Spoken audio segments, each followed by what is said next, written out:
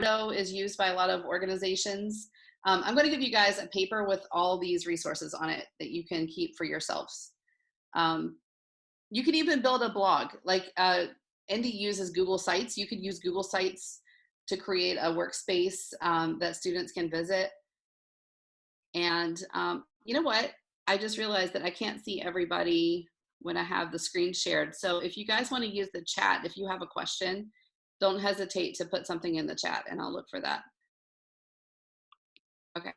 But anyway, you have basically all the tasks that we do. So I always start with the very beginning. This column here is where we start out. So if I was going to use another website, I would have a place for students to land that they could visit every day. So I have my daily announcements here on a slide. I have a link to our meeting time on Zoom. So the students know what time they can go and click this link and find me there. There's always a little thing at the beginning that kind of shows what we're doing. And then I have my resources in the second column. So I have a link to some resources from, this is a video from PBS Learning Media. Have you guys heard of that? So PBS Learning Media is like the mother lode of arts resources online. If you're ever looking for a video, you know, a resource, a performance, anything that's on PBS pretty much is on PBS Learning Media, and they're usually broken down into digestible chunks that students can download and watch on their phones. One of my favorite resources is KQED Art School, and they have a lot, this is all going to be in the paper too. They have a lot of really cool resources. There's even a video about how to Vogue, which I found, my 90s me was very happy to find this video. So it was really fun, and there's a lot of resources on there that you can use and plunk these into your learning spaces for students to visit at home. So it's kind of like a way to take your students on a field trip to go see a performance or to learn about an artist or something like that. This is a really cool video about murals. And then I have, once they watch the video, they're going to go to this thing. This is called Padlet. And Padlet is another really cool tool that students can use to respond. And so my students, for their project, oh, there she is. One of my students, so the students respond on here by creating a word to kind of sum up the vibe of their neighborhood. You know, what kind of word would you come up for your neighborhood? And so we have quiet, we have lively, we have my hood, dead. Somebody lives in a really quiet neighborhood. Active. My neighborhood is helpful. My neighbors are careful. So I think, you know, this is a great way to have students respond with immediate thoughts. This is a good reflection tool. It's called Padlet. You can make 3 Padlets for free. So if you don't want to get the paid version, then you basically just have to kind of delete one and make a new one. But, you know, it is free a little bit. And then on the other side, we have a public art reflection. So I like to always create a way for students to reflect and to share what they're thinking. So has anybody ever heard of Flipgrid? Flipgrid is super fun.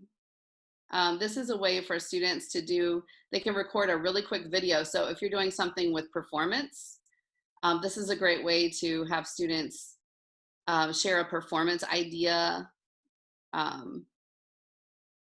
Great for improv. Our theater teacher at my school is doing like an improv activity.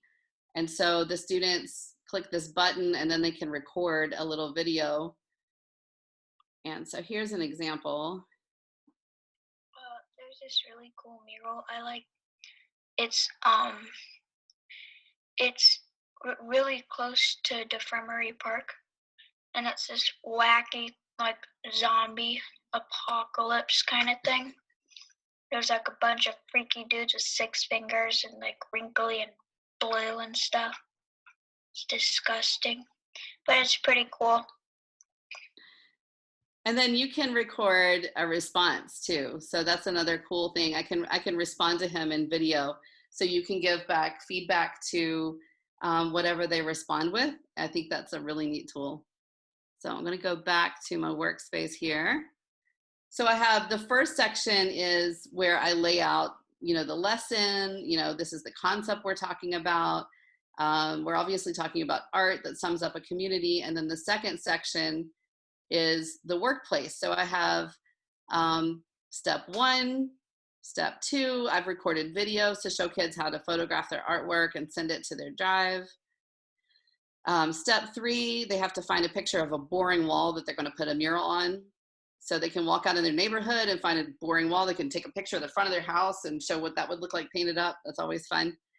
And then I have lots of how-to videos, because since you're working from a distance, you have to scaffold everything. Even something as simple as taking a picture of a painting that they did and then sending it to your school account, like that's going to require some instruction. So you're really having to front load a lot of instruction that you wouldn't normally have to do when you're working in your normal space. So here's all the how-to videos. I didn't know that I was ever going to be like an online YouTube star, but guess what? And I have like a whole bunch of videos. We have Pixlr. So I have a link to Pixlr. This is another free tool that you can use. It's kind of like Photoshop.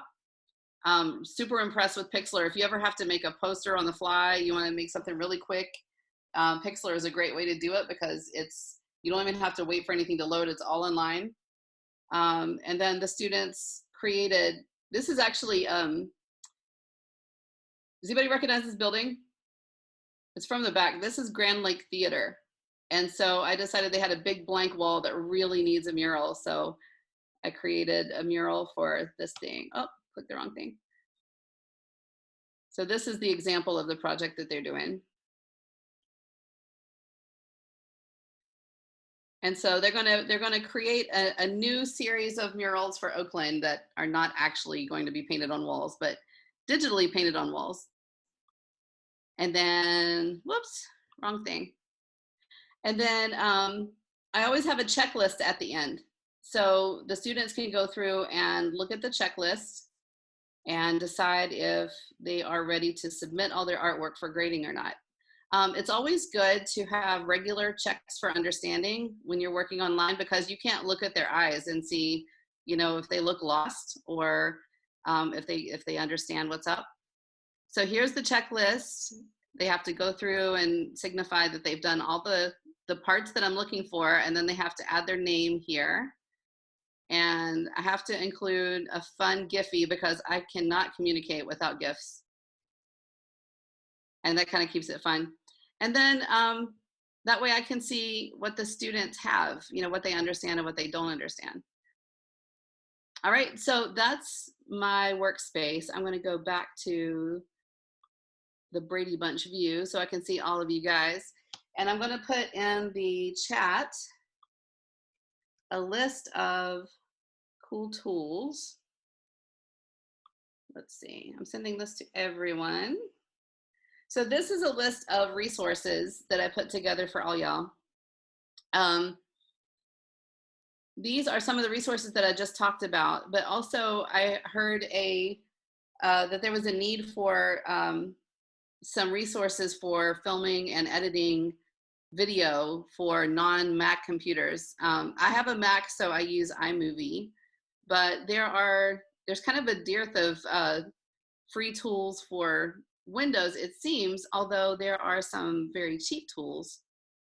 Okay, let me go to my list here. All right, so one of the options is Filmora. I've heard some good things about that. It's pretty intuitive. It works very much like iMovie. So if you're used to iMovie, this would be a good option. The free version has a watermark, but it's still free, so you can still use it for free. I'm not really sure what the limitations are for free use, but I have a friend who was using it for her church and said that she doesn't mind the watermark, and that was fine. Lightworks was another option. It looks like it's a little bit more complicated. If you want to Zoom, if you want to get the pro version, it's $29 a month, and that seems to be the way things are going now. It's going to be like a monthly fee instead of like a one-time fee.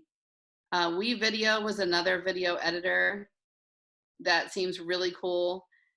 Kind of like It looked a lot like Filmora. And then Vidyard, I think, looks like the best deal. Free video creation and sharing tool with decent free options. And then there's a $15 a month upgrade. So I think Vidyard was the one that is offering something free to teachers right now. So it might be a good option for you guys, because you kind of, your educational institutions, right? So I don't know if normally people provide those teacher discounts to you guys too, but I think they should. So maybe you could ask. I don't know. And then let's see, I've got some other things on this list.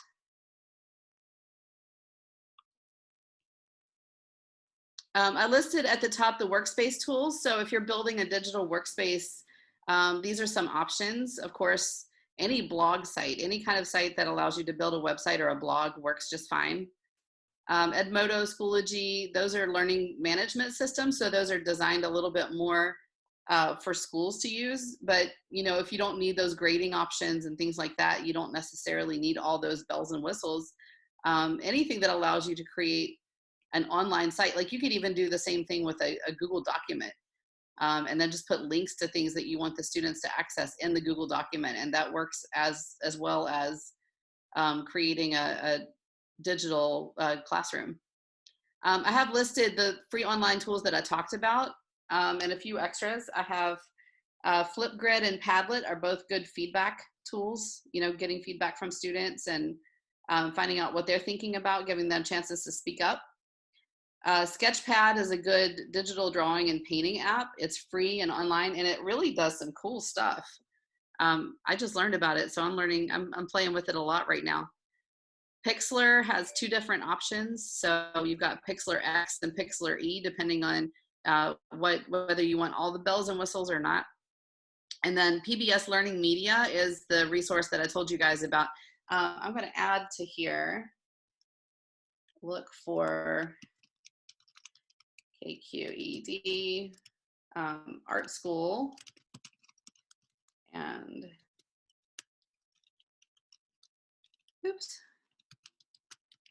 KQED Spark. So those are two things that you can search for in the search bar, and those collections are really amazing and local. So you'll see a lot of local artists and local landmarks in there. Another thing I didn't talk to you guys about is a productivity tool. This is just a thing that I do for my own personal workflow.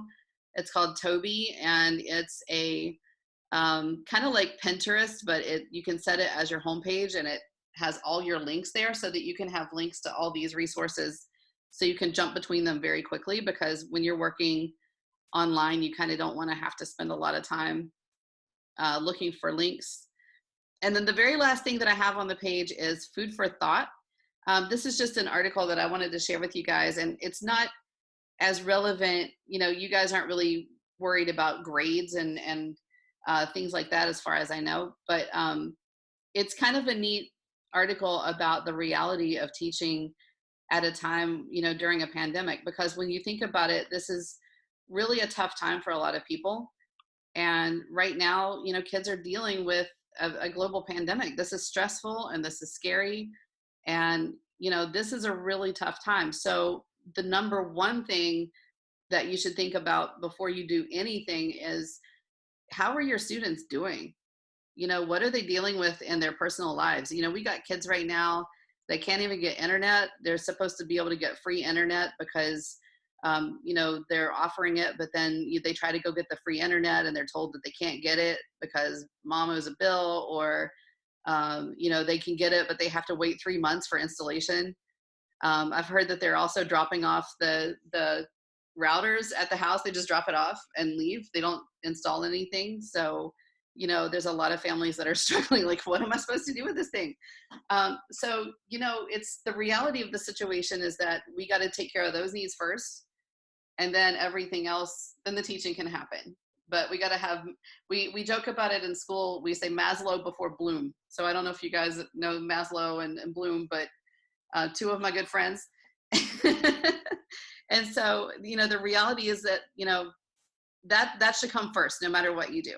So anyway, that's what I've got. And I just want to Thank you guys for having me here. You know, you've got my contact information, I think. If not, I'm going to put it in here. Whoops. I'm going to try.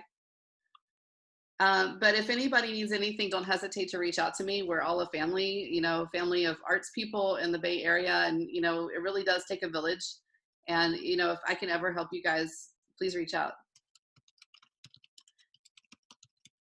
Thanks so much, Rebecca. That was an amazing presentation, and it Sure. definitely motivated me to get it together for my students, and I'm sure it motivated a lot of us here. So from about now, we ended a little bit early, so from about now until maybe 4:30, we're going to have some questions and answers. Rebecca, are you open to answering questions that people might have? Absolutely. If I don't have the answer, I can reach out to you later and help you find it. Cool. All right. How can we do this here? Let's see. If anybody has a question for Rebecca, I guess you can raise your hand or type it into the chat, and then we can read it and answer for you all. There's already a question here. What do you recommend for workflow again? What specifically do you mean workflow? Are you talking about the actual online learning space? Yeah. Okay. Just keeping track of all the apps, like you mentioned, I'm already struggling with that. So Yeah. Let me share screen again, and I can show you Toby. It's a what do you call it? A collaborative bookmarking site. I'll pop this back up here again. And I have the same problem. Like I can be working with something and then forget what it's called, and I can't remember to type it into the thing. When you're working with a whole bunch of different things there. Wait a minute. How do I get back to my thing? I've got my thing down here. There we go. And the best thing to remember too, this is what Toby looks like. You have different collections. So this is my all day, air day collection right here. This is everything that I got to use every day. If it's something that I use on the daily, it goes there. I don't know why this is not letting me move this thing. There we go. So I have all day, every day here. You can make different collections. So another one, I have a food collection because I love looking for recipes. I have a mentoring collection because this is one of my side hustles. I work as a mentor for art or for teachers in OUSD. So I have special links for that. I don't want to lose those in the other things, forums and work. So this, it allows you to create all these, oh, this is very important. Adulting, gotta have that. So this is very important to have a place to put all your links, and that way you can find what you're looking for really easily, especially when you're kind of in the moment and it's hard to recall that thing that you were going to do. So does that help, Maureen? Huh? Does that help, Maureen? yeah, that helps. Thank you. Is it T-O-B-Y? I'm like, even keeping track of that was hard. Okay. T-O-B. Yeah. Toby. The link is in the paper that I shared. Okay, great. Thank you.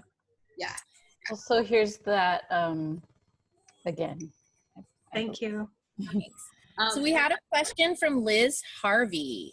Have you used Google Classroom as a workspace? So many of the teachers that she works with are using it for learning how to right now. Yes.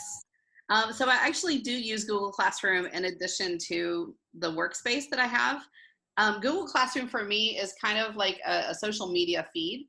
So, you know, Google Classroom, I have links to the workspace, you know, reminders. My kids have a project due this week, so I have a reminder on there that they have to finish the project, the first choice project this week. So I use that kind of like as a feed, you know, and then I have links in there to the workspaces so that the students can go from there to the workspaces. I also put videos on there because I have a lot of students right now who are like, you know, how do we even get to the workspace? You know, so, I mean, everything is a video now. So a lot of times I'll put a video on there like, oh, by the way, you know, this is how you get to our Zoom chat. We're going to Zoom chat today at 1 o'clock. You know, it seems kind of redundant to have to put a video on there, but, you know, you might have a student who's like, wait, I forget. How do I get to the Zoom chat? So that's what I use that for. And then I have my workspace as like another static place that they can get to. And I see Liz was wondering if you could screen share with us and show us your Google Classroom for a Oh, sure. second. Yeah. Okay. Let's go back to that. And, you know, on top of all this, remember that like literally everybody in the whole world is learning how to do this right now. So you got to be kind to yourself while you're learning. And, you know, it's a really good thing to make mistakes in front of students. A lot of times they think that we're completely perfect and godlike, and it's not really like that, is it? Okay, how do I get behind that thing? Does this move? That moves. Okay. See, I'm learning. Okay, so my Google Classroom is kind of boring. So right now I have a section, so I have a question. Sometimes I'll post a question just kind of as a way to say, hey, is anybody out there? You know, this is a good way to get students to respond quickly because it sends them an email and then they respond to it. There's a project where they have to check in. And then here's my link. So I have usually kind of a fun picture that is like a reminder. You know, hey, finish your workspace. I also put these on Instagram because all my students are on Instagram, so that they're more likely to check Instagram than to check the class. So I'll put these flashy things on Instagram and also on Google Classroom because they really like it. So, and then I have a link to the online learning tic-tac-toe board that I just showed you guys. And so mostly, see, it's just kind of just reminders to check in. Yeah, I do this every day. I have a list, you know, do this every day to remind the students to what tasks to do every day. So this is kind of like reminders, and then it takes them straight to workspaces. So before the tic-tac-toe, they just had this one Barbara Kruger project that they were working on. Students were actually making posters to address myths that they'd heard about coronavirus, and then creating Barbara Kruger style posters to address those myths. And they were really cool. Like, these students are woke, man. Like, I was impressed. Kids are amazing. So, so that's what I've got for that. Let's see, was there any more questions? Amy says, be gentle, be patient. People go to school and get trained in digital distance learning before they actually have students in front of them. Okay, this is no joke because I went to, my master's degree is actually in making these learning spaces, right? And all my friends from my master's program are texting each other going, oh my God, this is not working out. What am I doing? I'm terrible at this. What's happening? And so, you know, even people who have master's degrees in learning, making these learning environments are flipping their lids right now because this is a lot, you know? So, I mean, I think you have to go into this with the reality that, you know, this is hard. This is really hard, and everybody's doing it. I heard somebody say that it's like building the plane while you're flying it, and I think that's the best analogy to what we're doing right now. It's just kind of crazy for everybody. But think about this: your kids, once they are able to do this, are going to have digital literacy, and this is awesome. Digital literacy has been put on the back burner for our students for so many years because, you know, technology is expensive and it's easier to lock them into these, you know, programs that are produced by textbook companies that lock them in, and, you know, they're not actually using the internet as the internet actually is. So, you know, this is a social justice issue. You know, these kids need digital literacy to live in an increasingly digital world, right? So, you know, getting these skills is going to be really, really awesome. Rebecca, we had a great comment from Nicole, and a lot of programmers, program managers and such are thinking about this. My students are sourcing materials from their homes, but what suggestions does anyone have for getting materials to next semester's students? So just the tangible materials, again, for more visual and performing arts disciplines, but also as we transition and think about summer engagement. So be great to hear your thoughts. I know that there's been some effort around getting art supplies to students through the people that are doing the home lunch program. I don't know where that is. I don't know if that happened. I know that they were in the process of trying to find out if it could work, but I think that would be a really cool thing and a really cool way for us, you know, to maybe reach out to the community and get people to help out. I don't know. I think that's a great idea. Maybe work with some of the food banks to provide art to go kits or something like that. In terms of Oakland, Indy, you want to give the plug for our wonderful partners doing this? Yeah, I just was starting to type it in the chat box, but basically Attitudinal Healing Connection out of West Oakland, Junior Center of Art and Science, and the MoCA, Museum of Children's Arts, are banding together and each sort of putting out their own call for arts kits, but kind of collaboratively doing PR around it. And so far, they have a goal of 1,000 kits. Thanks, Amy. Those are some of the organizations. They have a goal of 1,000 kits, and what they've been trying to do is just partner with the schools that they already had programs with, and then work and figure out where those students are getting their food distribution from, and being able to provide arts kits with the food pickups that are happening throughout Oakland Unified. That is amazing. Nicole, do you have a question? I'm the one who wrote about the materials. So it's creating a situation, not having materials to finish the semester, that's really pushing constructivist thought. And I just want to put out there, I think this is a great opportunity to look at, you know, the problem solving aspect of arts learning. There are so many videos about how to be a great painter, do the, you know, we don't need to all teach that. I'm more interested in teaching, helping people solve problems in an interdisciplinary way, but with a lack of supplies. You know, how do we work together without all those materials, because we don't have equal access to them anywhere.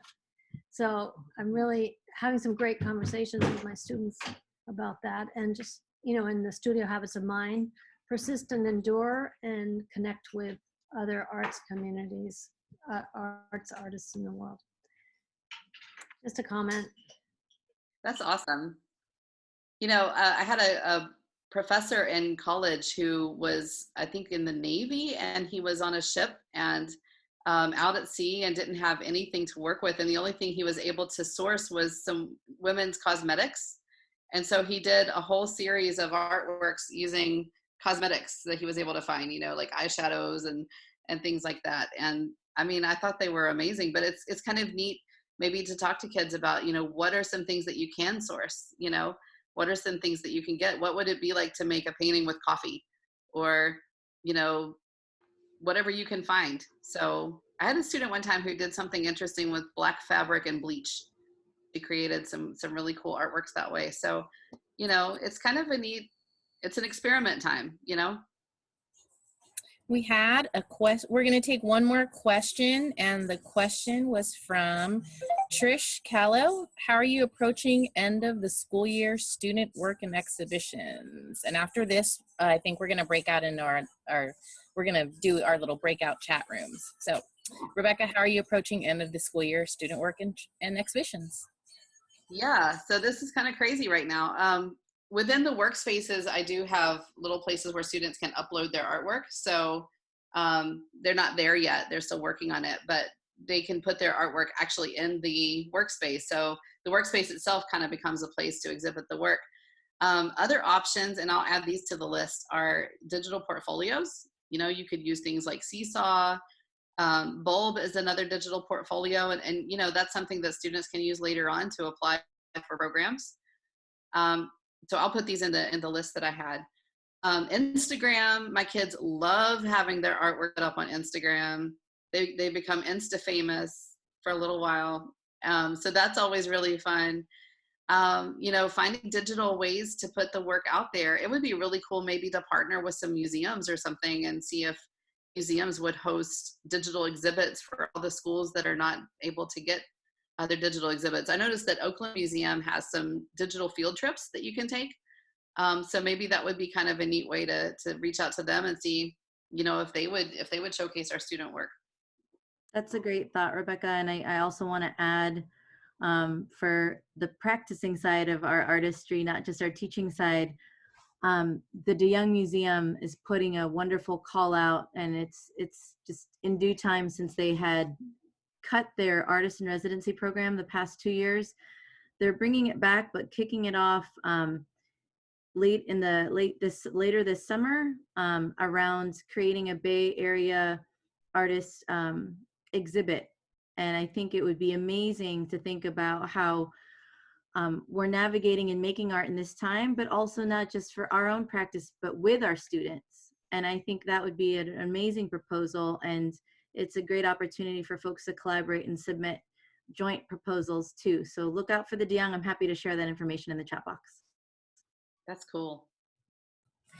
Alrighty, folks. We're gonna have, oh, Mika, take it away about the breakout session.